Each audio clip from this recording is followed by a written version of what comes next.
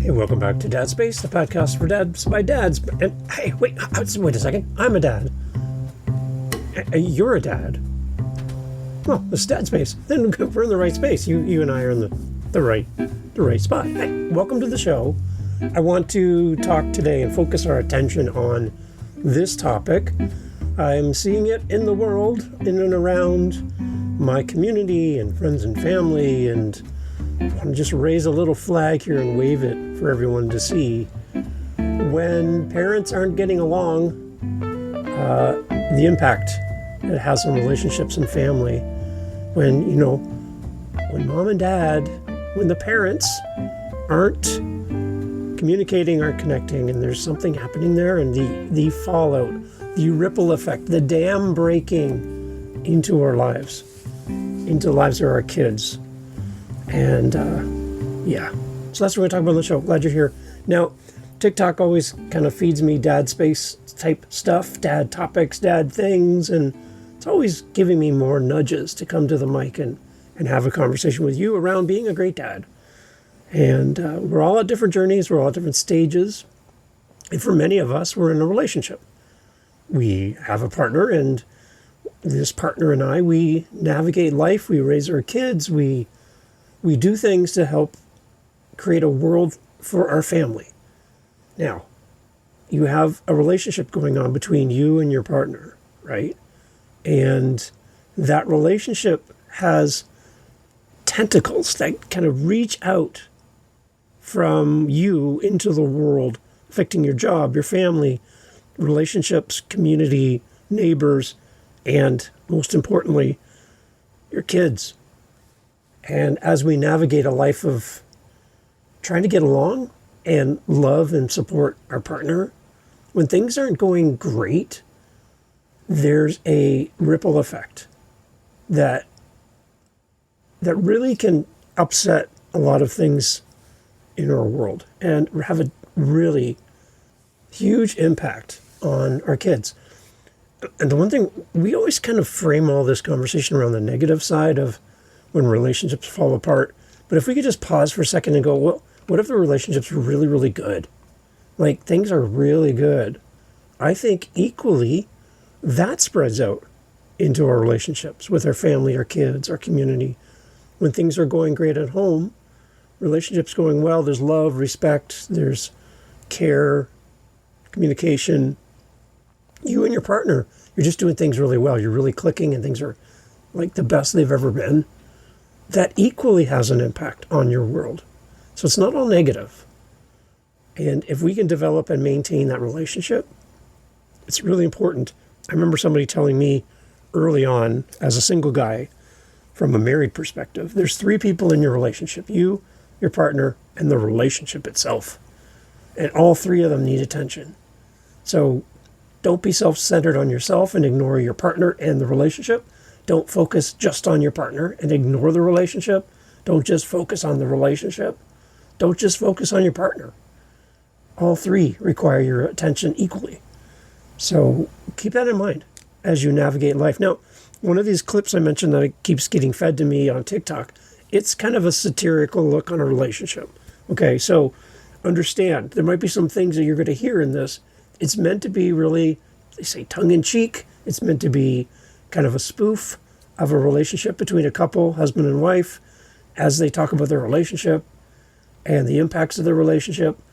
Some of it will make you smile. Some of it will be like, hey, it's only meant to be something to spark conversation. And we're going to use it as the base of what we're going to talk about here. But I wanted to put the clip in here. There's a link in the show notes for you to go and watch the clip on TikTok as well. And there's a lot of great stuff this channel puts out, and I encourage you to go check it out because you'll get a laugh and you'll get a few moments to think as well. But here's the clip that caught my attention on TikTok, and let's get back together and talk about it a little bit more in detail. And I got 4 things I want to chat about with you in relation to this clip. But here's the clip that caught my attention, and when I saw this and heard it, I thought of you and thought, well, let's share it with you here. So here you go. Hey, so bad news.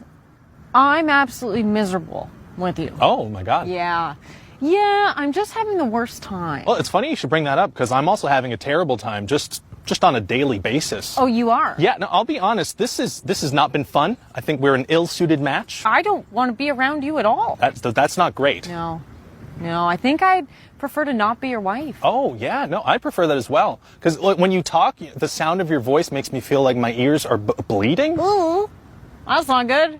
Yeah, the way you brush your teeth, it makes me want to impale you with a harpoon. I got that vibe for sure. I could see that in your eyes, yeah. Yeah, what was once a lustful desire is now definitely more a harpoon-related desire. Yeah, no, I feel the same way. I think we should break up. Oh my God, can you imagine? That'd be so good. It's too bad we can't, though. Why? Well, I mean, we kind of promised, right? Remember? There was like a bunch of people there. There was that dude in a robe. Oh, the guy in the robe. Yeah. Oh, he made us promise to some pretty intense stuff, didn't he? Yeah, kept talking about his dog. No, he was saying God. Oh, yeah, no, that does make sense. You know what? We also signed papers, remember? And we got those people to watch us sign them, and then we sent them to the government. We got the government involved, didn't we? Why did we do that? How is it even legal to make a promise that lasts forever anyway? It does feel unnecessarily long. Then again, I promised I was going to cut out sugar last year, and I did not do that. You gained 15 pounds. That's probably from the stress of this marriage. I believe it. Yeah, I have premature grays just from waking up beside you every morning. Oh, yeah, no, I noticed. I don't like looking at your face at all anymore. Kind of wish it looked more like mine, to be honest. There's some deep psychological trauma there. Well, so what do we do? Well, can't we just shred the papers? I feel like they probably made copies. Friggin' government. So now we have to live together till we die. There are a lot of years left. I could poison you. Right, yeah, no, but then I'd be dead, so I don't love that option. I'm not in love with it. Well, but you wouldn't know, right? Because I'd do it all secret like. Yeah, but no, I'd find out. I don't like that plan at all. Okay, what about this? New idea. Spitball in here. We sign a new paper. Oh, a new paper, like a different paper. Yeah. And we get the government to look over it this time too, but it's like a reverse wedding. Oh, so like we make our hate official. Okay, yeah, no, that sounds good. Yeah, and then we get different people to watch us sign it. You think they do it for free? God, no. That makes sense. Yeah, no, I think they'd charge us a fortune, I imagine. That's not great. No. Well, and I would take half your stuff. Wait, what? Yeah, that makes sense. Well, then I want half your stuff. Well, that's not fun for me. So, okay, we pay these people a bunch of money to watch us sign a new paper, and then we don't have to live in this hellhole at all anymore. That's the idea? Well, it sounds emotionally and financially draining, but also, like, totally worth it. I'd say so. I would just love, if I could, I would love to never see your face ever again. Well, one can only hope. Well, you know what? I'm in. Let's do it. Do you think this will have an impact on the kids? I think that... No. Well... So, yeah, cheeky, right? Yeah, but there's some interesting things hiding in there. And even though we kind of chuckle a little bit, it's like, wow, there's a lot of things being said there. And I want to talk about today some key points around this idea of when parents aren't getting along and the relationship impact on your family. First, I want to talk about acknowledging what your kids see and feel in the home when you are not getting along with your partner. Children are, especially when they're young, and I would say even throughout their life, are huge, gigantic sponges. Even if your son's name is Bob, that would make him SpongeBob. But they're sponges. They just soak in everything that they hear, see, and feel. The dynamics of the house, the tone of the house. If there's a dark cloud over the house because parents aren't getting along, it translates into life, into everyday life. And children are deeply sensitive to tension and arguments between their parents. Even when you think you're hiding it from them, you're not. We as parents need to recognize that our kids notice changes in our tone, our body language, that loving touch on the shoulder as you walk by your partner. And when that stops, they're like, what's going on with my parents here? And when they're really young and they can't even form their words, they're still watching you. They're picking up on it. And they're making a lot of notes. And you're creating an environment. In that moment, your home is an environment. And just like your thermostat can set the temperature for your house, your relationship with your partner sets the temperature for your family. It's important to reassure your kids that both parents still love each other and that the issues that they're working through are not their fault. And this is something between the parents. Those words are hard for kids to understand, but understand that how you show up in your house and how you show up for your partner has a direct impact on your kids. It's not just about you and your partner. Your kids are there, they're watching, and they're picking up on things that are different from the normal. So what's the thermostat set at for your family today? What's your kids feeling? Is it hot? Is it cold? Is there a temperature change happening in your relationship? Your kids are picking up on it, I can guarantee it. The second one is we as dads, as parents, need to model healthy conflict and respect. Put two people in a room together in a house for a long period of time, something's going to come up. Something's going to happen in the conversation. Something's going to come up in the response. There's going to be misunderstandings. There's going to be missed communication. There's going to be questions that people wrestle with without vocalizing their questions. We need to model healthy conflict and resolution with respect with our kids. These disagreements are part of any normal relationship. There's no way you're going to sail through life and never see the world differently. It's how you handle the conflict that teaches your kids crucial lessons they're going to need as adults themselves. So to hide this from them is not helping them. We need to aim to demonstrate respect, self-control, and active listening in our relationships. We need to avoid insulting each other, yelling at each other, putting each other down, talking trash about them to the kids when they're not around. Your kids pick up on all these. Be careful what you do in front of your kids, but realize your kids are picking up on the tone of the house. Even when they're laying in bed at night, trying to fall asleep, they're a sponge and they're soaking it all in. You can show that you disagree with each other and resolve issues maturely by living your life in front of your kids and showing them that we make mistakes and we own our mistakes and we learn and we move forward. What are you teaching your kids by how you model healthy conflict? Because it's going to come. Something's going to happen. And what are you doing to model a healthy response when things don't go right? Keep that in mind. The other thing we need to do as parents is to prioritize open communication with our partner and within our home. I'm challenging you as a dad to be proactive in talking to your partner. Talk to them about challenges rather than letting the resentment build over time. Those things that are left unsaid, conversations that never ended, perspective that was never accepted or even respected in the moment. Talk with your kids in age-appropriate way and let them know that families sometimes have tough moments. It's not always rosy.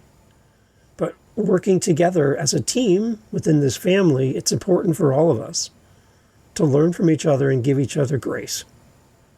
Even when that other person's wrong, we give each other grace. It's how we do things here. Open communication within your family supports a true sense of safety, also helps for the stability of everyone that's in the household. Again, you set the tone for your home. Prioritize open communication and bring your kids into the conversation in an age-appropriate way. And then lastly, under these 4 points I kind of wanted to talk about today based on that clip from TikTok is protect the parent-child relationship at all times. Never use your relationship struggles as a reason to involve children in adult concerns or to undermine your partner as a parent. As parents, when there's kids in our home, commit to supporting each other's roles with your kids. Children benefit when they see that even in hard times, both parents remain invested in their well-being, in their relationship, and in the home and what happens in the home. That's where kids benefit the most, as they feel protected. Yes, parents are going to struggle. Yes, parents are going to disagree. Yes, parents are going to argue. Yes, parents are going to have bad days. Guaranteed.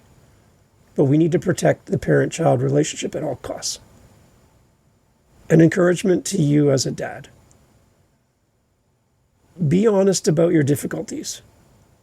And while you're working towards a respectful atmosphere in your home, give your children security and valuable coping skills by how you show up as a dad. Family challenges are real. But with your intentionality and your focus on bringing a good tone to your home, dads can contribute to the resilience and healing within the home for everyone. When things go left, when things go bad, when things go off the tracks, your response, your ability to rebuild and bring your family through a learning opportunity and communicate will make your home better. If you're struggling at all with this, I challenge you and encourage you to reach out to a professional who does this, who coaches families and helps people. Even if you don't belong to a faith group or anything, a lot of the churches in your community and synagogues and mosques, they have people there that can help you, who will listen to you and give you guidance, and probably most of the time it's free. So when you say you can't afford to hire somebody, well, maybe there's someone in your community that can help you. If you can afford to pay for somebody to help you, then ask around. Ask somebody you trust who they would recommend. Do your research. Reach out to them and have a quick call and just see if there's a fit. But go talk to somebody to try to figure this out on your own, especially if you're not even close to your family. You're in another city, far from home, trying to do all this on your own. Reach out to somebody. There's someone out there that can help you. And I know it's intimidating and it feels awkward just to reach out for help because you feel like you're saying you're not enough in this moment, but you're not enough in this moment.